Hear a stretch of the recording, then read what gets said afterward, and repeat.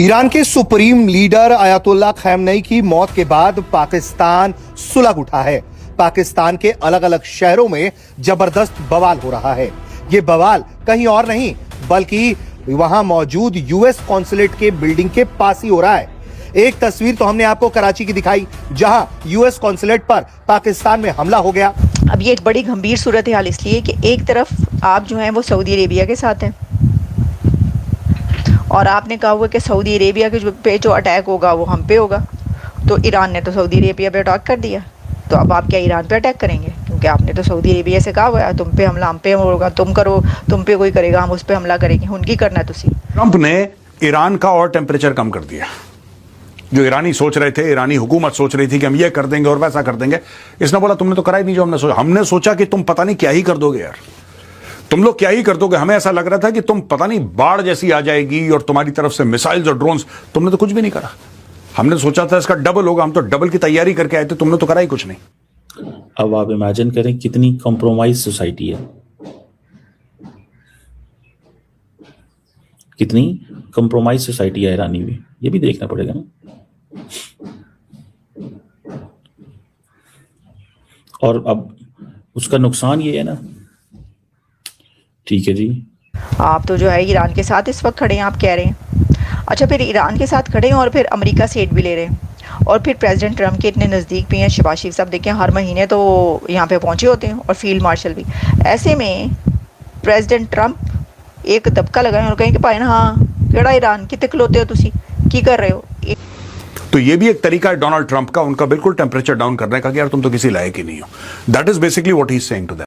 दोस्तों, दुनिया भर में हलचल मची हुई है और इस वक्त की बड़ी खबर पड़ोसी देश पाकिस्तान से निकलकर सामने आ रही है। ईरान में हुई हालिया घटनाओं और वहां के प्रमुख नेताओं से जुड़ी खबरों के बाद पूरे पाकिस्तान में तनाव का माहौल है। कराची से लेकर लाहौर और इस्लामाबाद तक अलग अलग शहरों में बड़े स्तर पर प्रदर्शन देखे जा रहे हैं। ये गुस्सा खास तौर पर डिप्लोमेटिक ठिकानों जैसे कि यूएस कॉन्सुलेट की बिल्डिंग्स के बाहर निकल रहा है। हालत इतनी गंभीर हो गई है कि कई जगह भीड़ और सुरक्षा बलों के बीच झड़प की तस्वीरें सामने आई है। कराची में स्थिति काफी तनावपूर्ण बनी हुई है, जहां कॉन्सुलेट के बाहर भारी भीड़ जमा है और वहां सुरक्षा व्यवस्था को कड़ी चुनौती मिल रही है। रिपोर्ट्स के मुताबिक इन प्रदर्शनों के दौरान कुछ हिंसा भी हुई है, जिसमें कई लोगों के हलाक होने की खबर है। इस्लामाबाद में भी प्रदर्शनकारियों ने डिप्लोमेटिक एनक्लेव के पास पहुंचने की कोशिश की, जहां पुलिस को स्थिति को नियंत्रित करने में टाइम लग गया। अमेरिका ने इस पूरे मामले पर अपनी गहरी चिंता व्यक्त की है और इस्लामाबाद में मौजूद उनकी एम्बेसी ने एक ऑफिशियल स्टेटमेंट जारी किया है। उन्होंने अपने नागरिकों को पाकिस्तान के विभिन्न हिस्सों में हो रहे इन उग्र प्रदर्शनों से बचने की सलाह दी है और कहा है कि वो लोकल न्यूज और सिक्योरिटी अपडेट्स पर लगातार नजर रखें। वो यही है कि यार ये एक माहौल ऐसा बनेगा अब जिसमें कहीं ना कहीं पे ज्यादा जंग शुरू होगी, ज्यादा हालात खराब होंगे, ज्यादा लोग मारे जाएंगे, बहुत कुछ जिससे कहते हैं बड़े पैमाने पर चीजें हुई। पाकिस्तान के शहर कराची के अंदर 8 बंदे मारे गए हैं, ठीक है ना जी। पाकिस्तान ये मारे गए। अब पाकिस्तान के पास 15-20% शिया पॉपुलेशन है, ठीक है जी, और ये चीजें जो है ना ये बताती हैं कि क्या होने जा रहा है। ये चीजें बताती हैं कि तो मुझे ज़ाती तौर पे ये लगता है कि हालात ज़्यादा ख़राब होंगे और इंटरनेशनल लॉ की बड़े मैसिव स्केल पे वायलेशन हुई है। और ये जो फार्मूला है कि जिसे वो कहते हैं ना कि आप किसी मुल्क के ऊपर भी हमला करते हैं तो माइट इज़ राइट है भाई। और कहा जा रहा है कि CIA जो है उसको पता चल रहा था कि आज रात जो है या कल जो है वो उन्होंने मुलाकात करनी है।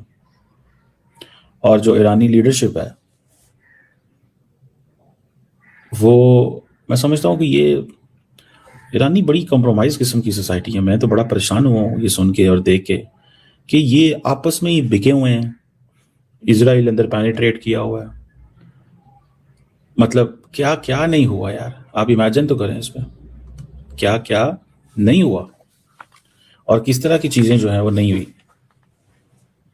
किस तरह की चीज़ें जो हैं वो नहीं हुई और क्या क्या नहीं हुआ।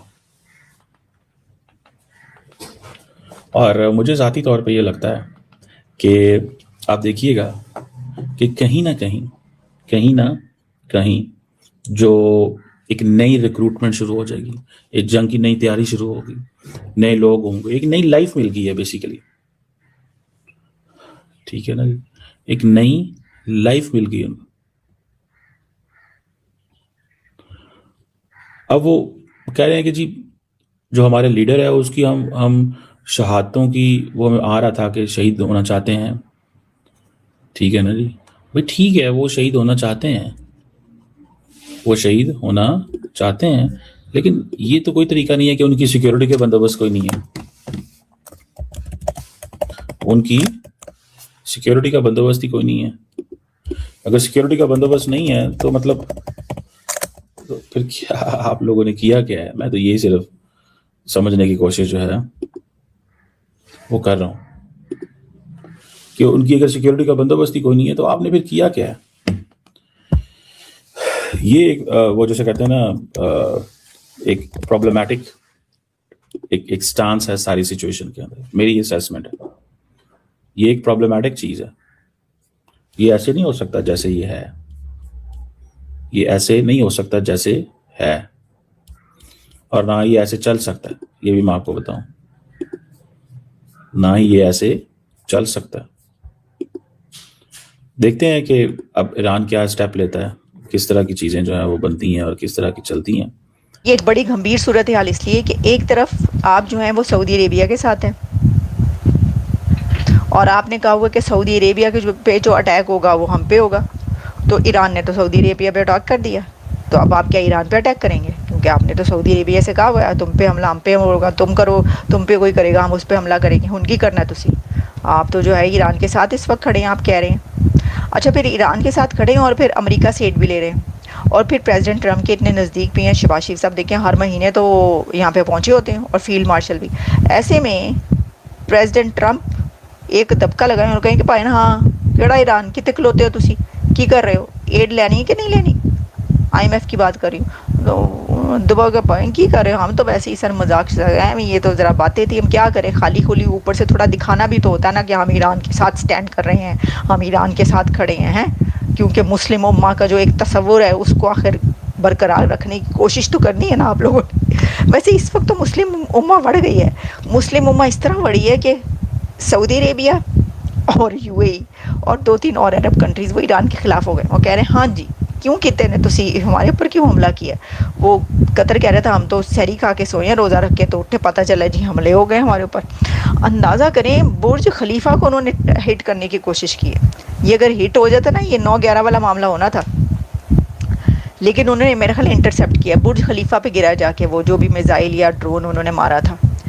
एक तरफ जी ये चल रहा है। अच्छा, प्रोटेस्ट पूरी दुनिया में जहाँ जहाँ पर भी शिया कम्युनिटी है वहाँ पर हो रहे हैं, और हक बनता है इनका हर एक का अपने रिलीजन के तहत अगर आप करें कि भाई क्यों मारा, ये आप फॉलो करते हैं उनको, वो तो ठीक है, लेकिन अगर आपका कोई नाता रिश्ता ही नहीं उनसे ऐसा, तो किस लिए आप मामे बने फिर रहे हैं? क्योंकि आपकी तो भी झड़प हुई है उनके साथ, ठीक है। और दूसरी एक और बात कि जो प्रोग्रेसिव माइंड से नहीं, यानी जिस तरह ख़वातीन के हकूक़ के जो हामी हैं लोग, वो तो ऐसा नहीं कर रहे। आप देखें इस वक्त ईरान के अंदर सेलिब्रेशंस हो रही हैं, जो ख़ासतौर पर वहाँ पे लड़कियाँ हैं, उन्होंने अच्छा सिर्फ ईरान में मैं देख रही थी, UK की भी वीडियोस चल रही हैं, UK में जो ईरानी हैं वो सेलिब्रेट कर रहे हैं, और फिर ऐसे ही कुछ और जगहों की भी आ रही हैं। लेकिन जब हमारे पास आना शुरू हुई पाकिस्तान की वीडियोस, तो हमें पता चला पाया ओथे ते वड़ गए सारे, ओथे ते पत्थरों पत्थरी मामला होया भाई, ईंट का जवाब पत्थर से दिया जा रहा है, वो तो कॉन्सुलेट में घुस रहे हैं। और बड़े अफसोस की बात ये है, ग्लोबल तक के दर्शकों को बता दें कि यह स्थिति